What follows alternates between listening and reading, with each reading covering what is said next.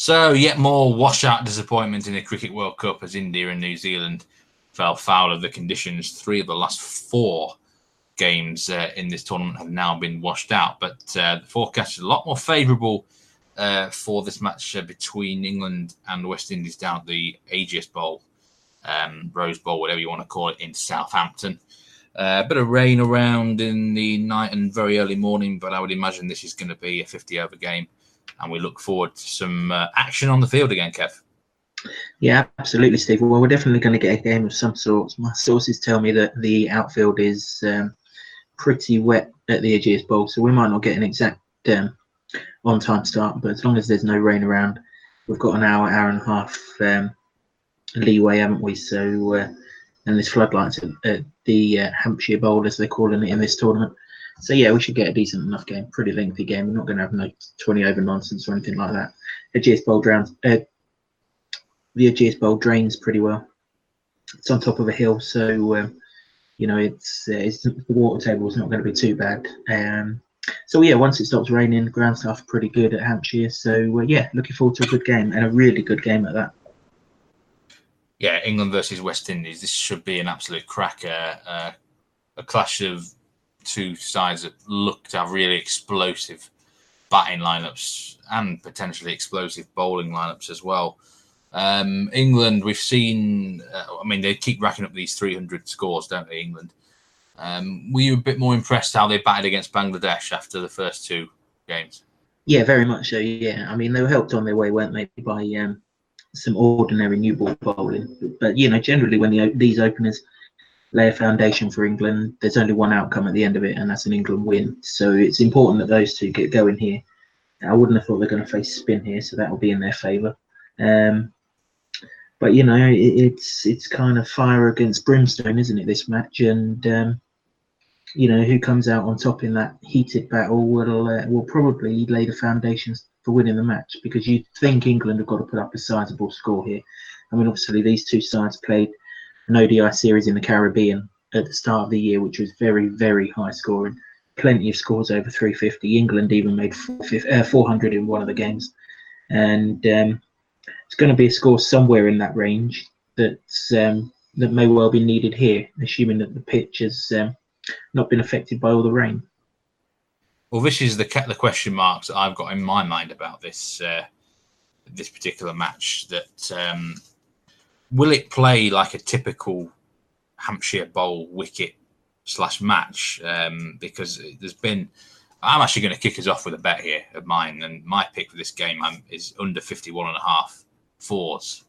And I've got some statistics for you here. There was a ridiculous game in 2017 involving England, and it was against South Africa. There was 66 fours in that game, which was pretty mental, and 8 sixes. But since then, there hasn't actually been more than 47 fours in any international match down at the Rose Bowl, interestingly enough, despite some high scores, I might add. So it just seems to me that, the outfield we know is wet. You said that. I've looked at a bit of data from a fantastic website, Southampton Weather.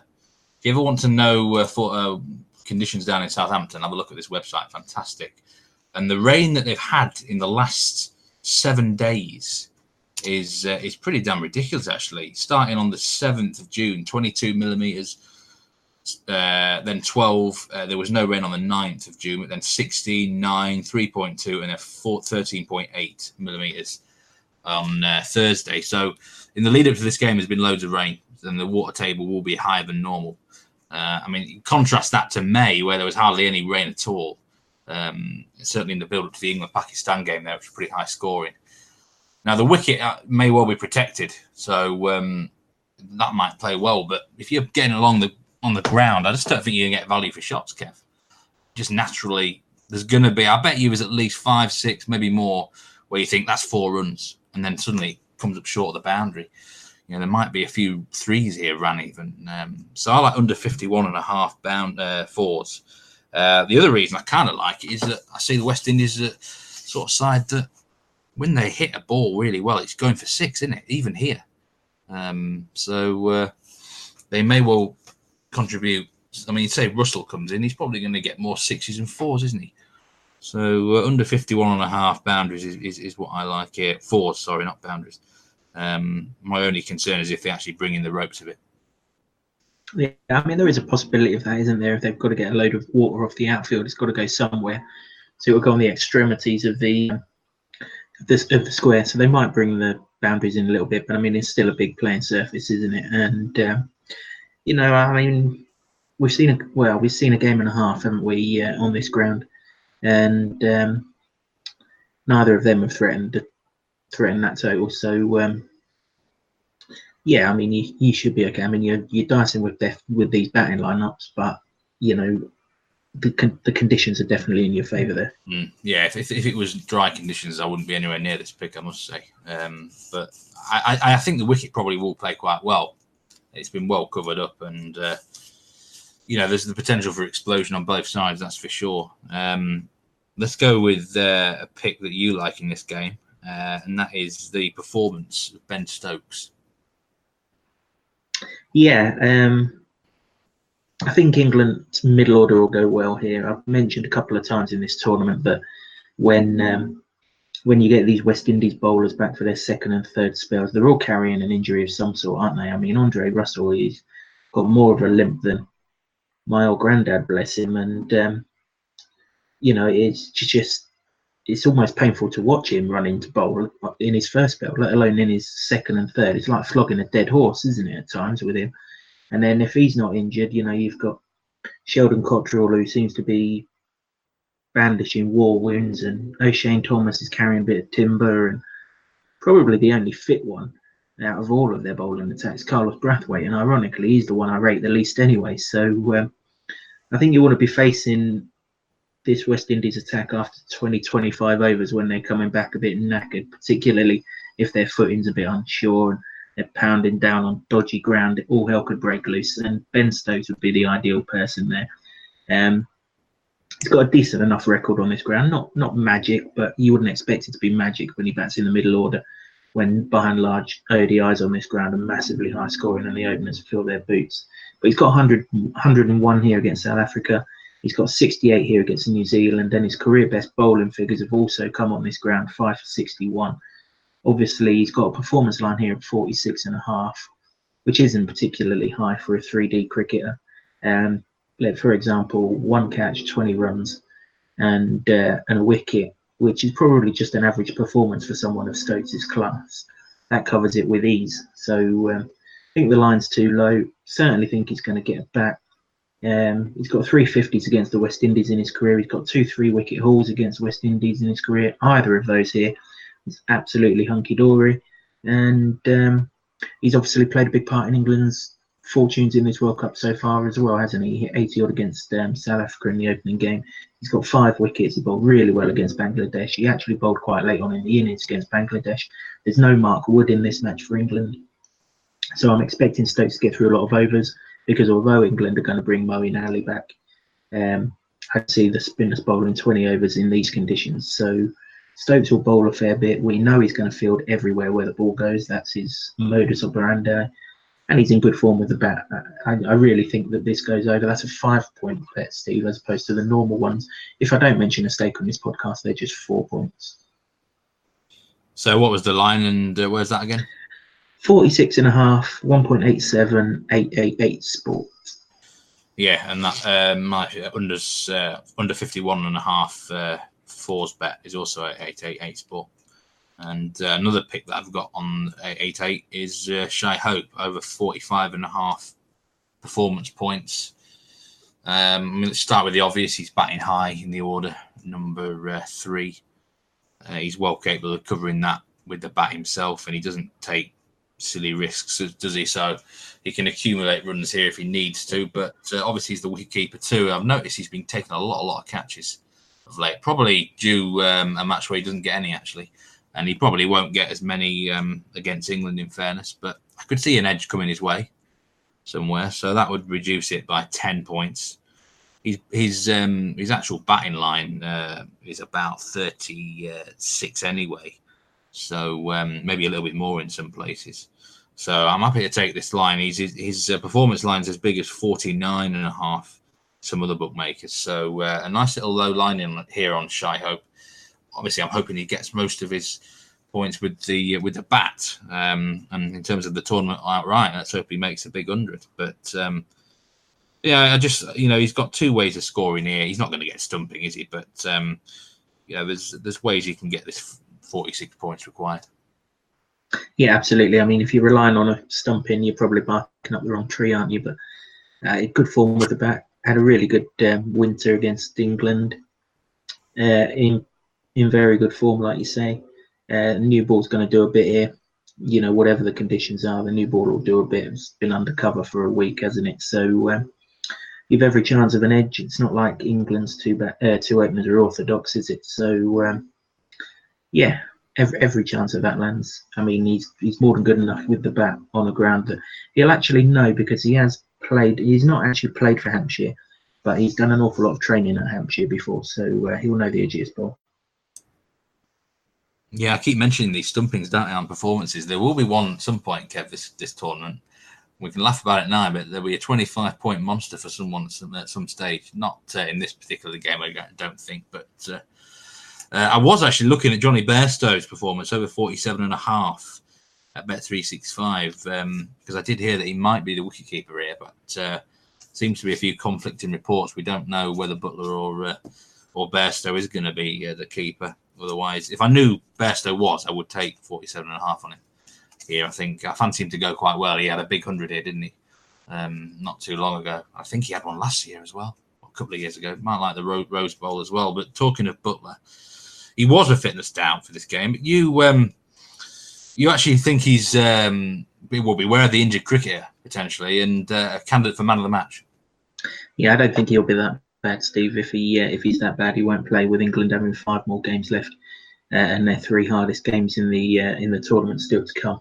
So I think people are making more out of that than there possibly is. I want to get Jos Buttler on side here. I don't really want to take his performance. I want to either take him as top England batsman or man of the match. I was having a good think about this earlier on, actually, whilst I was waiting for a few updates at Trent Bridge, and I just thought to myself, how many times does Jos Buttler top score for England and isn't man of the match? Because he's not going to get 50 off 80, is he? That's not Jos Buttler's style, and England don't want him to get 50 off 80 either. He's not in the team to do that. If he scores a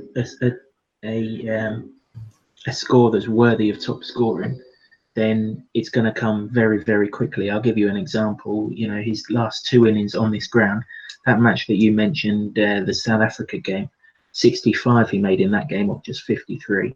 And obviously earlier in the summer here against Pakistan, he went absolutely lights out, ballistic, 110 or 55. I mean, any of them 2 innings, whether he top scores or not, that might, if someone only scores 80 as a top England score, for example, and Buttler comes in and he gets 60 or 40, you'd probably argue that the 60 or 40 is of more value to England than someone scoring 80. You don't get paid out on the top batsman, but you've every chance of getting paid out on the man of the match. Don't think a bowler's going to be in this game, for the simple reason that this ground is real batsman friendly. There might be 1 or 2 wickets fall with the new ball, but once it goes soft, I really don't expect too much in the way of the bowlers. So I just think you've got more chance or more scope of winning at double the price if you take Buttler to be a man of the match than if you take him to be the top England batsman. Like I say, someone like Root could get 80, but he'll do it very slowly. Whereas Buttler could come in, blast 65 or 50 or something. That's the difference from an England score being 270 to 325. England win by 20 runs or whatever. Butler's the difference. You wouldn't get paid out on the top bat. You more than likely would get paid out on man of the match. I can't see many times that Buttler batting at 5 or 6. And it would be, and if England start losing wickets and need a rebuild job, they'll bring Stokes in before Buttler anyway, won't they? Can't see many times Buttler top scores and isn't man of the match. So I know I'm talking the obvious in here, but I just think it's worth double the price. I just think it's worth taking him to be man of the match at 14 to 1. He's probably not going to win the man of the match in the field or anything like that, but he's just one of those players that his innings don't come along in the way that wouldn't be man of the match material, if you know what I mean. That's good thinking. I really do like this. Almost deserves to come in when you're thinking it like that. When he does obviously score big, it's spectacular, isn't it? So may well be worth every chance here. Well, he also does that against the West Indies as well, Steve. I should have mentioned, I wrote this in my notes. In that series earlier in the Caribbean, earlier this year, he actually scored 150 off 77 balls. And that's the kind of scoring rate that he'll score, more often than not. He's also got a 99 against the West Indies in the past, again, and that come off 84 balls. He's just a quick scorer. And, like I say, I really don't believe that he's in the team to play a knock that sees him scoring slowly. So I do think it's worth taking him on the man of the match line as opposed to the top batsman. I know you open the field up for bowlers, but I just don't see a bowler being the man of the match on this ground. Talking of bowlers, you're not expecting them to be that disciplined here. You were in the wides market the other day for the Australia game, and you're in them again. You're fancying quite a few wides. Quite a few wides, yeah, absolutely. 15.5 the line is at P88 Sport. That's just too low to me. We'll go back to that series in the Caribbean to start off with. There were 4 matches in that series, Steve. One was rained off without a ball being bowled. Who's ever seen that before, eh? First ODI, 28 wides. Then we went 22 wides. This is for the match. 19 wides. And then the last ODI was 14 wides. But England only batted 28 overs before they were bowled all out. West Indies went mental, got the total in 12 overs. So it was only 40 overs in the entire match. There were still 14 wides. So by and large, that would have gone past 15.5 in a normal length match as well. If we go to this tournament, let's have a look at the wides so far. England only bowled 1 wide against South Africa, but that was very much the anomaly. There was no real pressure on their bowling against South Africa, was there? They got stuck in early doors. They got rid of Hashim Amla without even getting his wicket, and no one else had really put them under pressure. And that's kind of when England bring the wides out. But against Pakistan, 11 wides. Wouldn't say they were under massive pressure there until the end of the innings either. And against Bangladesh, where they're under absolutely no pressure, defending 380 odd, they still bowled 10 wides. West Indies only bowled 2 wides against Pakistan, but that's only because the umpire was asleep, because there was at least a dozen that Pakistan players needed periscope to get anywhere near. 24 wides they sent down against Australia. I hope we haven't got the same umpire here, because his arms have probably fallen off from that game. And they bowled a wide in that 7.3 overs that they slung down at South Africa, again under no pressure. So these two sides are ill-disciplined with the ball. They've met 4 times and would have covered this line 4 times. And it's not a coincidence, Steve, because you cannot bowl the ball in certain areas against 6 or 7 of the batsmen on show here. If you're anywhere near the stumps, you're going miles, whether you're at the Aegeus Bowl or wherever you are. If you bowl it on Gale's stumps, if you bowl it on Lewis's stumps, Roy, Bairstow, Butler, Hetmeyer, Russell, you're going the distance. So England are going to have to test those margins, test those wide Yorkers and things like that. Inevitably, they're going to get a few the wrong side of it. If Shea Hope opens the batting, West Indies have got a left-hand, right-hand combination, which I've mentioned about a few times in this series. Everything's on the side of the wides here. 6 points this one, Steve. I mean, you mentioned the umpires, and I think it's very much dependent on what they on their opinion. The umpires for this game are Ravi and Dharmasena. Ravi was in charge of the England-Pakistan match, and there were a few wides in that off the top of my head. So that kind of bodes well there. Dharmasena was umpiring England versus Bangladesh. So I don't know exactly how many, and he was also in charge of England-South Africa. But off the top of my head, those 2 guys, if it's wide, it's wide. It's not this bollocks the other day where you could tell, what was the umpire who was being an absolute knob? Nigel Long, yeah. Yeah, it's like you could tell he was looking at it and he was thinking, it's probably a wide, I'm not going to give it.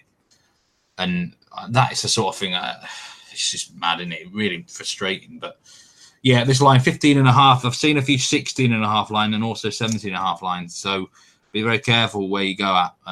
We had a bet here, win by just a half the other day. So 888 Sport, that's where you want to be for this game. And, well, actually, we even talked about a prediction. Who's going to win, Kev? Who's England are favourites, obviously, but this isn't an absolute gimme, is it? No, it isn't. There's part of me that thinks that West Indies are a value bet here. I say this for a couple of reasons. I've just said that it's all about England's openers in many ways when they bat. And, you know, if anyone's going to get through them with the new ball, it's going to be these West Indians. And also, when England come to bowl, West Indies' fallibility with the bat is very much against spin. But Adil Rashid's not bowling very well in this tournament. There's talk with a shoulder injury coming into it, wasn't there? And he hasn't really looked himself. And Moeen Ali is just coming back from the birth of his child. Probably not going to get helpful conditions. So it could be that England's spinners go around the park here. So if Jofra Archer doesn't rescue them, Jofra Archer is going to be an awful lot of pressure on him in this game. He's West Indian playing against the West Indies for England. Work that one out, if you will. You know, if he doesn't rescue England, then you can see West Indies getting away from England. And West Indies are clever enough that they will play Archer out because they know they can score off every other bowler in this bowling attack. They did it in the Caribbean.